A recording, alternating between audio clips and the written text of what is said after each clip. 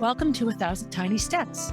I'm Barb Higgins, and in this podcast, I'll share personal stories of great joy and tragedy and the steps that brought me there. I have become adept at tracing them backward to find the origin of an event, good or bad, that has affected my life. I have gone from being on top of the world with Division I All-American success to being unable to get out of bed with the grief of losing a child, and everything in between. I am painfully honest, which can make people uncomfortable, but discomfort brings growth, and oftentimes tragedy brings joy. So, tie, buckle, slip on, or lace up your shoes and join me as we begin our 1,000 Tiny Steps. Hey everybody, Barb Higgins here, welcoming you to episode 47 of 1,000 Tiny Steps. So this episode will be airing the week of July 24th to the 29th, and July 29th is my birthday. And that is also right around the time we're going to get Gracie from Disney and bring her back home. So you're listening to this during a week that has a lot of significance for me. Part of it is because Gracie's coming home and it will be really, really nice to have her in the house again. And partly because it's my birthday. This whole podcast experience for me, coming up on a year, September 6th was my first episode. And so, we're inching along to my 1-year date. The urge to do the podcast came after Jack's birth, and so many things in my life just became crystal clear. And I felt like, I had so much to offer and so much to say, and what's the right vehicle and avenue to say it? It was just an incredibly eye-opening time. And the whole process of this podcast and the name, 1,000 Tiny Steps, all relate to all the little steps that we think are inconsequential or insignificant that end up being huge things in our lives or leading us to big things. And in looking back over the last, all of my life, really, in trying to make sense of Molly's death and all of the things that have happened to me in my adult life and why I'm attracted to some of the people I end up with and all of that has been very eye-opening, but it has also led me to contemplate milestones. I have a friend, I've mentioned him before, Chris Sullivan. He coached track with me years and years ago, and he always wondered why certain years meant something, like, a 10th reunion or a 5th. Like, time goes in increments of 5. And when you think of all your high school reunions, you don't have a 7th high school reunion. You have a 5th, and then a 10th, and then a 15th, and then a 20th. We put this sort of importance on time, and time is just relative. Time only exists here. Here meaning the physical realm. It's a thing. It puts a limit on something. It defines it or frames it. Thought about that a lot in my life, just how we look at life. And for me now, I know that I have so many before and afters in my life. Before and after child abuse, before and after running, before and after living in Boston, before and after losing my job, before and after Molly. And that's the biggest one, because nothing in my life was unfixable at that point, and there's no fixing this. So I have to say the overall process of this podcast has been amazing, but stomach churning sometimes, and it brings things up for me. And the beauty of things coming up is that you can step back now. When something comes up for me that happened 25, 30, 40 years ago, I can step back from it now and look at it as if I'm watching it on TV or as if I'm watching someone else experience it. But it's me. And I can utilize it now, sometimes to explain why I am where I am, sometimes huge gratitude. That's a big piece of why I am what I am and who I am. I can't change who I am, nor can I change what has happened to me. But I can redefine myself as the kind of person I am because of those things, sort of with growth and change and all of those things. I belong to a couple of groups I've mentioned also before, a spiritual mentoring group called the Nest and a female entrepreneurs group actually called 28 Carats. And both of these groups are full of unbelievably amazing people who are not afraid to work hard, not afraid to share and network, and not afraid to support. And it's been incredibly helpful for me in this stage of my life where I'm spending so much time stepping back and analyzing. So let me jump on that for a minute. I'm going to be 59. When you hear this podcast, it'll be Tuesday the 26th, and I will turn 59 on July 29th. 59.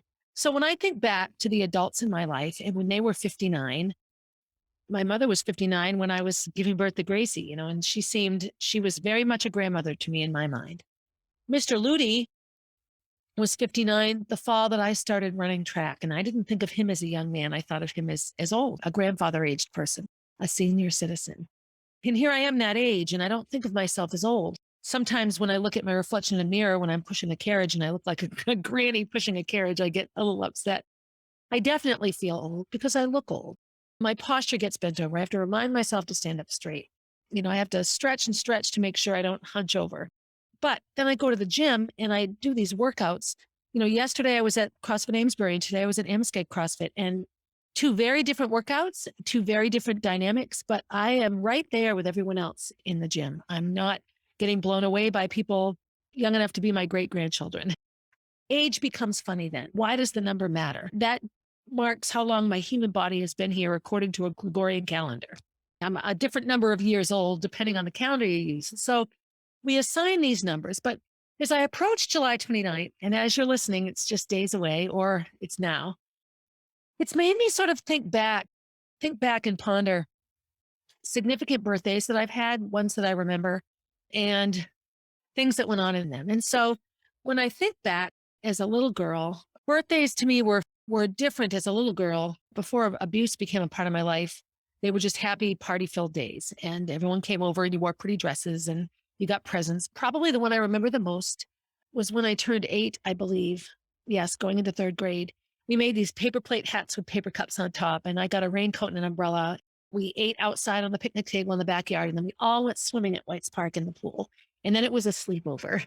If I were to post a picture of this, which I think I should, most of the women in that sleepover live in Concord or the surrounding areas still. We're just adorable in our little outfit, getting ready to have this sleepover. And I was 8, which means my mother was 29.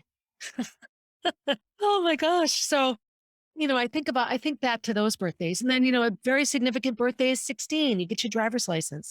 Now, I turned 16, obviously, July 29th. I didn't get my license until October. It was just one of those things, standard BART fare, that I had too many other things going on. I didn't make the appointment and finally got my license in October. I'd been 16 for a couple of months. When I entered high school in the fall of 1978, I entered 9th grade. The drinking age was 18 in New Hampshire then, and half of the senior class could drink legally. Some of you listening might think that's terrific if you're a teenage listener or you're approaching your 21st birthday. But it isn't. 18-year-olds really shouldn't have access to alcohol or guns, quite frankly. And I know can go to the military at age 18, but you don't just get to walk up and take a gun when you're in the military. There's training and, you have to prove that you're able to use it and use it responsibly and safely and for the right reasons. So at any rate, 18 was a big one for me, but not because I could now drink legally, although I could in Vermont. And we made a lot of runs over the border to get alcohol for our friends back in the day. But I remember turning 18 and I went out to celebrate with friends. And my dad was like, well, come home whenever. And I'm like, what? And he goes, you're 18 now, you're an adult, and you can make these decisions. And, just let us know you're safe.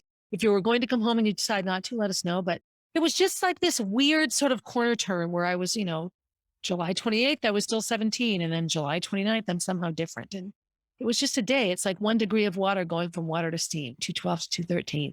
This little teeny day made this big difference. For me, living in Boston, the drinking age was 20. So when I turned 20, I could legally drink. And I remember actually, when you can finally legally drink, all the fun goes out of it because it's not illegal anymore.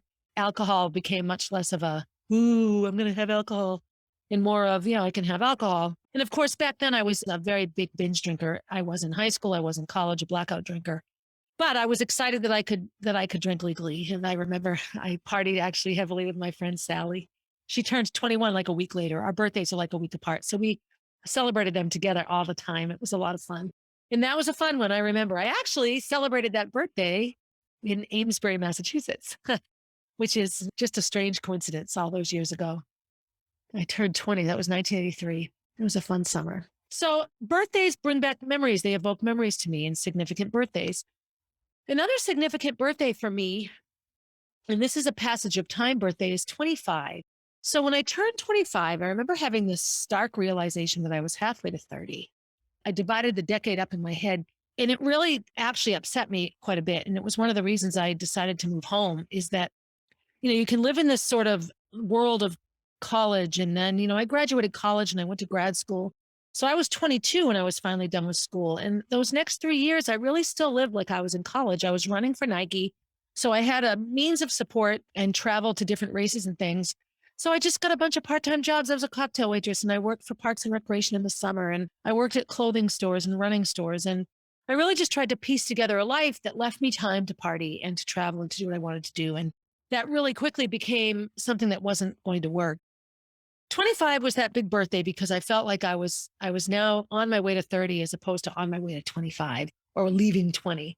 I had gotten my first teaching job at age 24 in the fall of 1987, completely unprepared to live a mature life. I was 24 after all and still young, and I called out sick a lot and I took days off, and I just did what I wanted. And at the end of that school year, I was given a list of things I needed to do if I wanted to keep teaching the district. That was when I taught in Woburn. And so I turned 25 in the summer of 88 and then began teaching at elementary school. And that was a much more sobering experience. I was coaching track as I had been before and teaching, and I was just very, very busy all the time, incredibly busy, but I still was really trying to balance running and partying and doing all the fun things I thought I should be able to do because I was young, because I was in my 20s.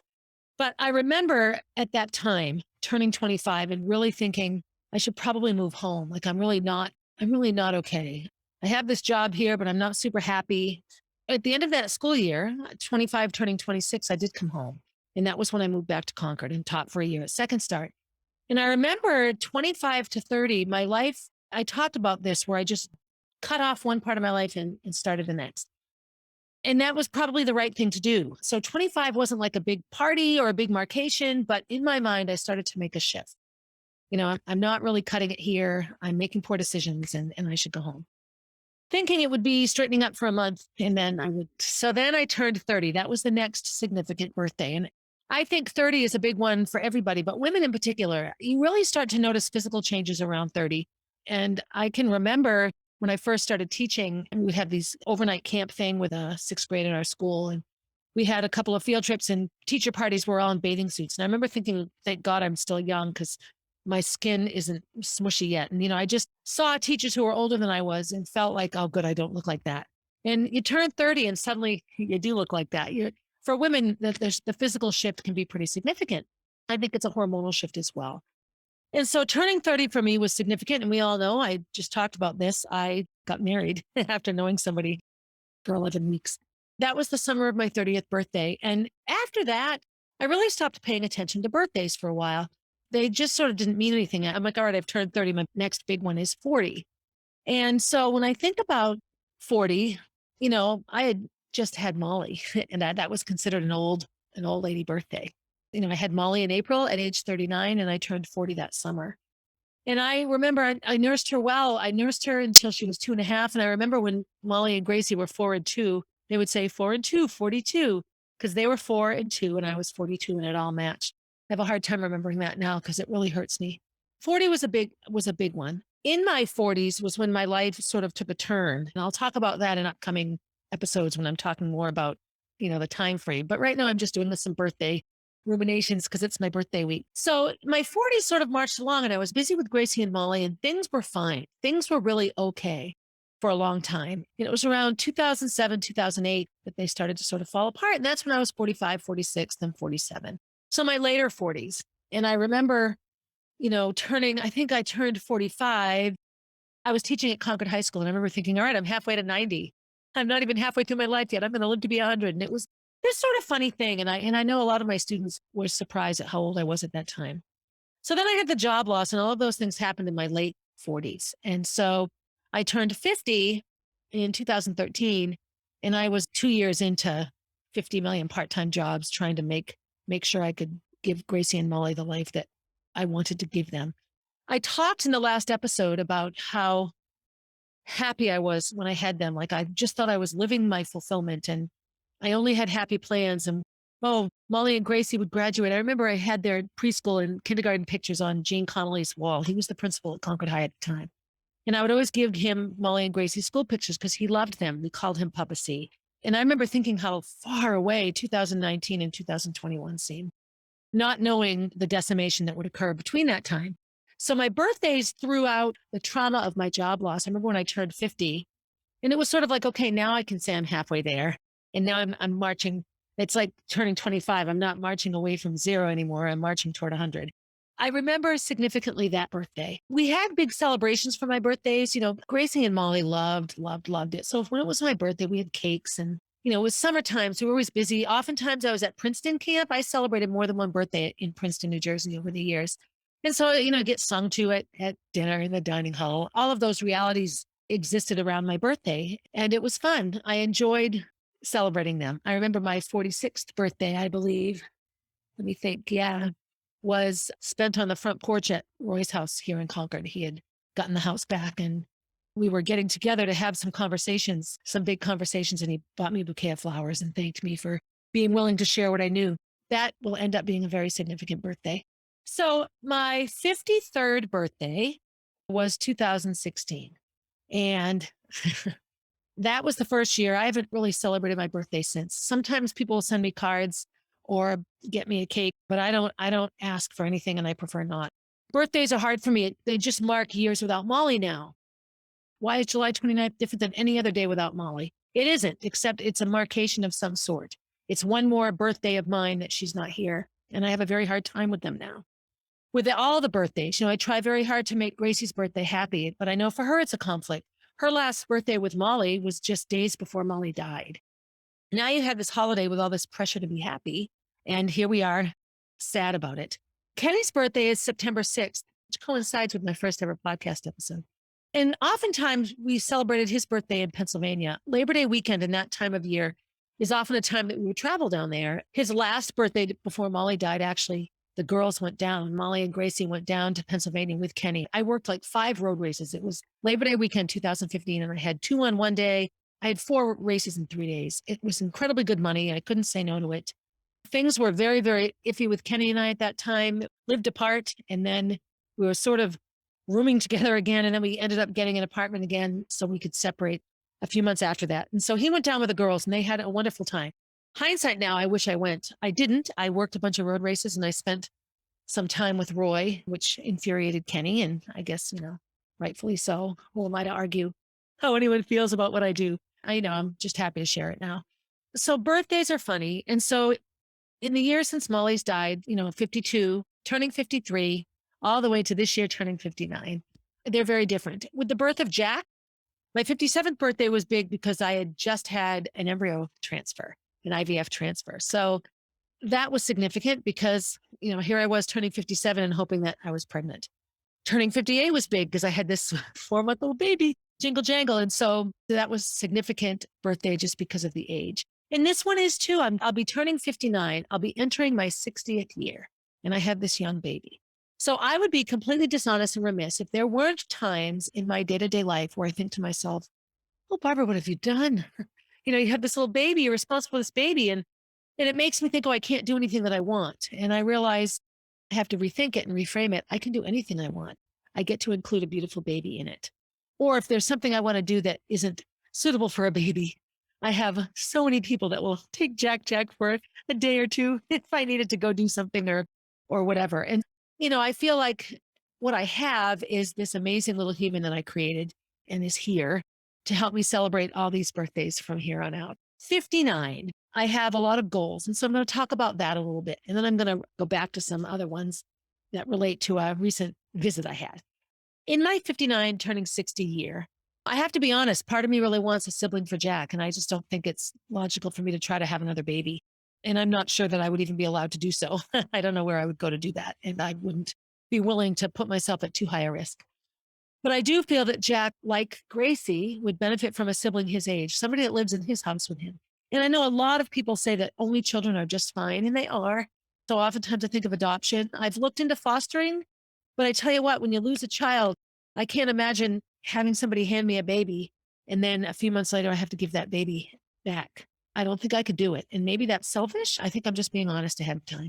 But I would absolutely, I would love to foster and then adopt a baby. That would be a wonderful way to create a sibling for Jack. So these are things that are, as I approach birthday number 59, toss around in my head.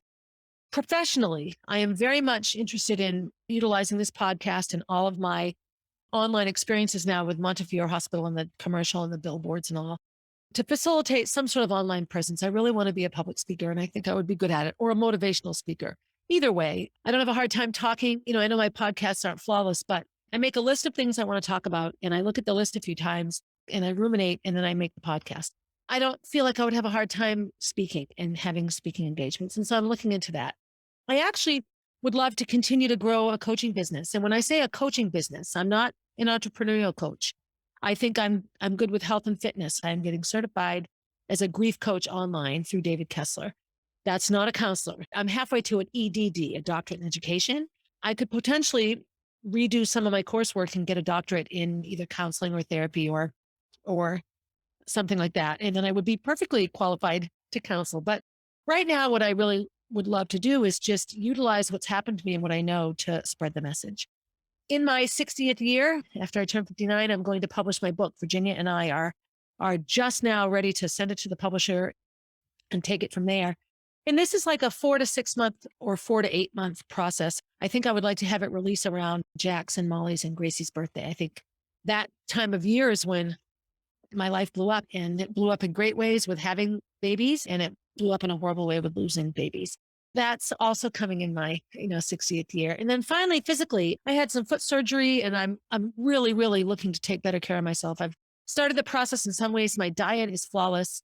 I really don't eat anything junky. I don't. Popsicles at night, but we get fruit bars. So maybe they have some sugar in them because they're fruit popsicles, but I don't drink soda. My one downfall remains alcohol. And while we really moderate it well, I have a very hard time still just going cold turkey. It's amazing. When I was pregnant, it didn't even cross my mind. I just think something clicks in your head when you're pregnant and you're a woman and you're not supposed to drink and you don't. And Kenny and I've said before, we're not good for each other. We have to recreate evening routines so that we aren't just like, oh, let's just have a drink. Well, let's just have another one. Well, let's just have another one. It's kind of like that. That would be the one area, the one sort of challenge. But I've taken a big step. I work out at 2 different CrossFit gyms. The great thing about that is I just get 2 different philosophies of coaching, 2 different programming companies. It's amazing how much I'm learning.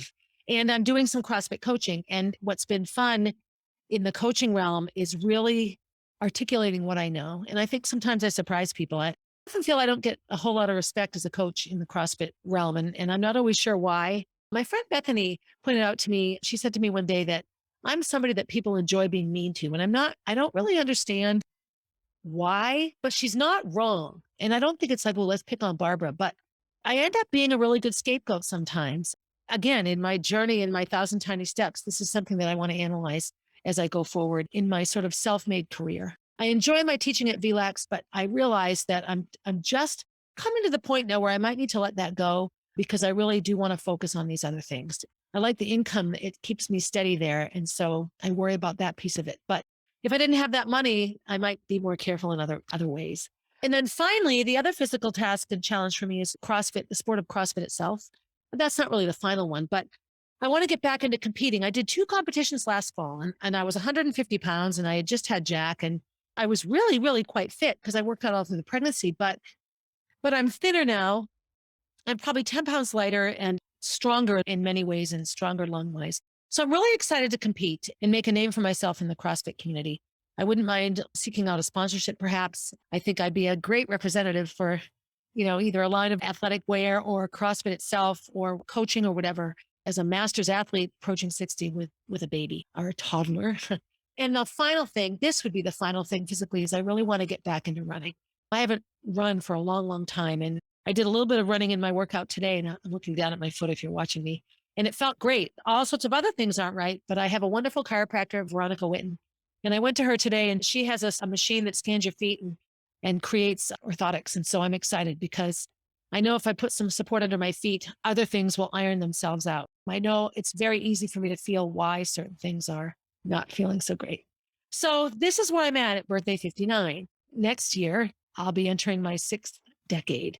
And, the end of that decade is your 7th. And I look at 70 really as just being so old. And Jack will just be he'll be entering Molly's last year of life, 12 turning 13. And so, that's tricky sometimes for me. I try not to think about those things or think of life that way. But I do worry, now that I have this age next to my name, which should mean nothing, but, society puts it there and it just does.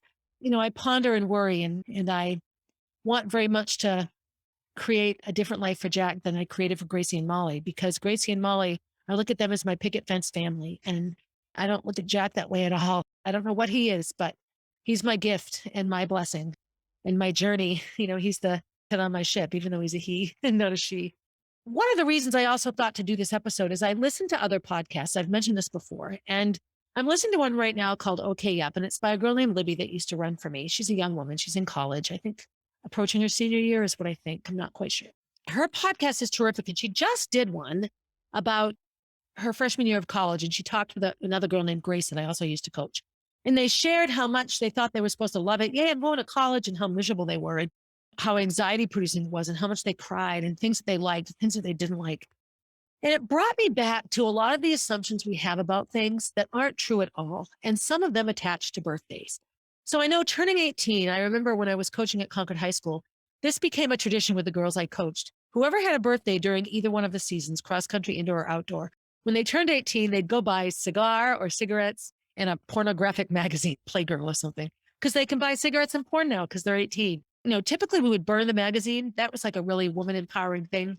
I'll think back to that now because it was like, this is terrible, but they could do it. Oh, I can rent an R-rated movie now. I'm 18, and even though that's sort of funny and it was a fun way to commemorate 18, I also know that a lot of these girls felt all the pressures of things they think they should have done by the time they were 18.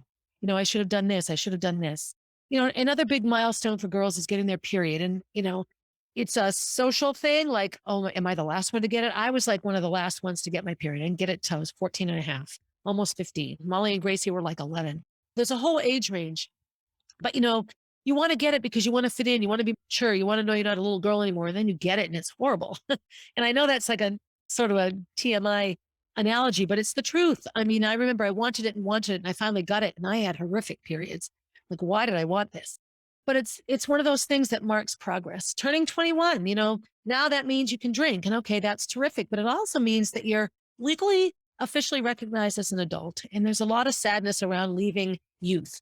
You feel so old. I felt old. I felt old when I turned 21. Like birthdays weren't something you looked forward to anymore. You always want, yeah, I'm 10, yeah, I'm 11. And you look forward to it. And then you get older and you don't look forward to it at all anymore.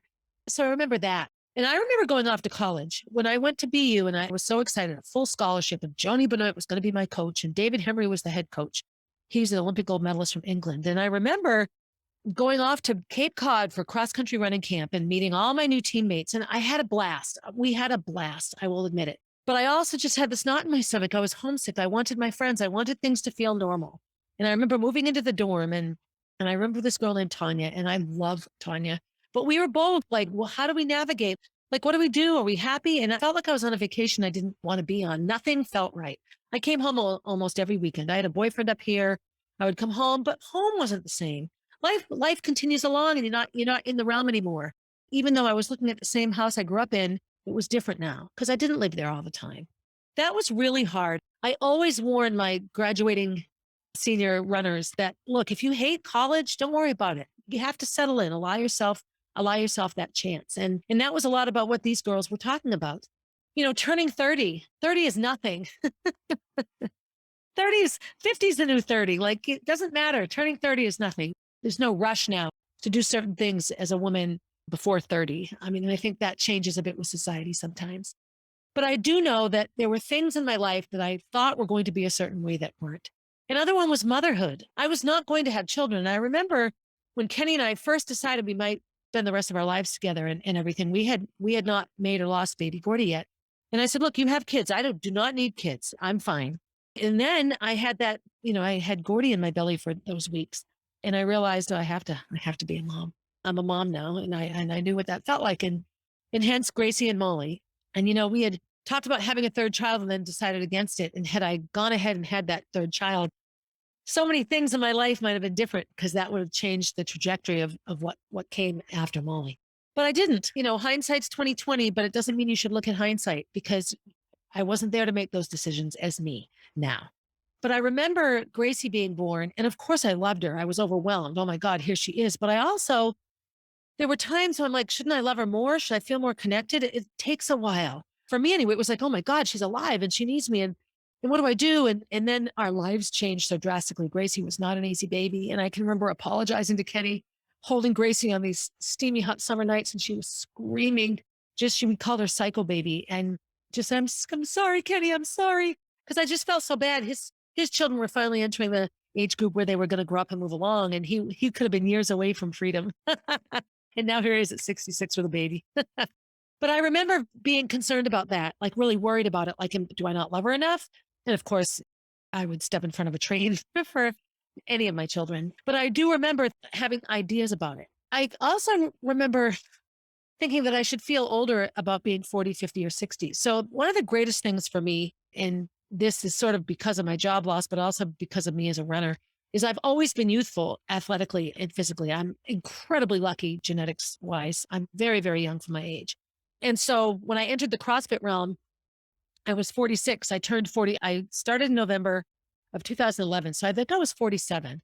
Yeah, I was like 48. And so I remember getting fit and getting pull-ups and lifting weights. And suddenly I had, at the end of the day, I was the workout winner. I had the most reps or the fastest time often in the gym. And, it gets competitive. Everybody wants to be like, the fastest one of the day or whatever. And I loved it because I was so much older than everyone else. And it was sort of eye-opening for people. On the other side of the number, I oftentimes have felt ahead of it a little bit. But I'm always amazed at how we have these preconceived notions based on what we've been told or what we observe and what we think about what we observe about how we're supposed to be at a certain age. So I will tell you, even at 55 and 56, when I was in the process of hoping to have a baby, I really truly did not see myself at 59 with a baby. I had no confidence that IVF would work for me and that I would be a mother at this late age.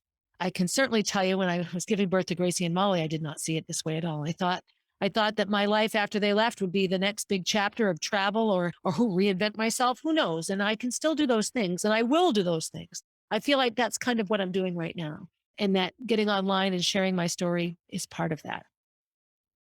So I'll wrap up here primarily because I've shared what I want to do in my 60th year. And I've talked about some of the things in past birthdays, but I wonder sometimes how other people are. When you go on social media, somebody's always having a birthday and birthdays, you get Social Security at 62. So, okay, is that the next birthday I should look forward to? 62, do I take my Social Security? When do I retire?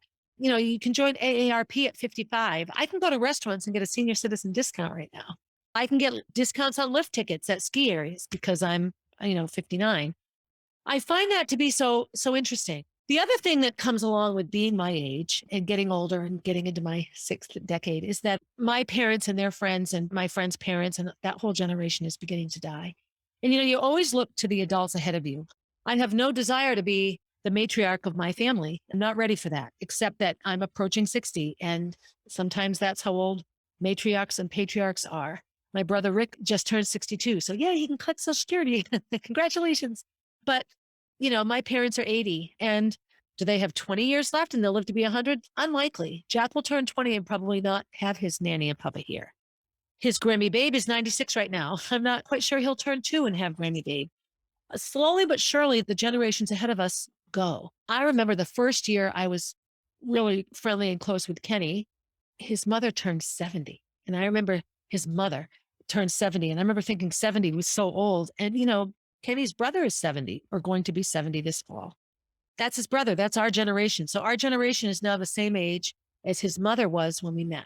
Sometimes that's incredible to me. I'm the age my mother was when Gracie was born. We're 21 years apart. And I look back at that. I look back at, I remember my dad saying on the phone to me, your mother's not young. She's tired. This is wearing her out. And I think now I'm that age and I don't feel old. I don't feel it. I feel it when I look at the numbers and I feel it when I add the years up in my head. And that's what I need to steer away from. I have had many wonderful things happen to me. I've had many wonderful birthdays over the years. I've had beautiful gifts given to me. I have had vacations and trips. I've celebrated my birthday in many places and with many different people. So happy birthday to me. I'm going to be 59. Shh, don't tell anybody. Go ahead and give me a happy birthday and share something with me. Share something with me around you and your birthday and your age and how you perceive and see all of that. Are you young for your age? Are you old for your age? Do you not care? Are birthdays important to you? I had my first baby Gordy. I was, 36. I had just turned 36. And so, that's not young for first babies anymore. Well, younger, it's getting there. So how old were you when you had your first baby? What was it like when you turned 21? I would love to hear more from my listeners. So I'm going to start asking questions and hopefully you'll answer. And answer in any way that you can. I have social media. I have Instagram and Facebook, all of these things that I don't need to say that here. I'm getting proficient at using reels and creating reels and TikToks. So actually in my 60th year, I will become more proficient at Instagram reels and TikToks. Yay. And maybe I'll do a YouTube channel, Old Lady Baby Mama or something like that. I don't know. I have ideas in my head. Thank you so much always for listening. Thank you for celebrating my birthday with me. If it's your birthday this week, happy birthday. Do something good for yourself. I'm going to buy myself a cupcake. I declare it so. Or maybe an ice cream cone, or maybe a margarita. I don't know. Anyway, do something nice for yourself. Do something nice for someone else. And as always, have a good day, everybody. Hey, thanks for listening and for supporting 1,000 Tiny Steps. I hope you enjoyed the episode and will continue to listen. Feel free to leave a review and share my stories with your friends. Also, please reach out if you have stories to share.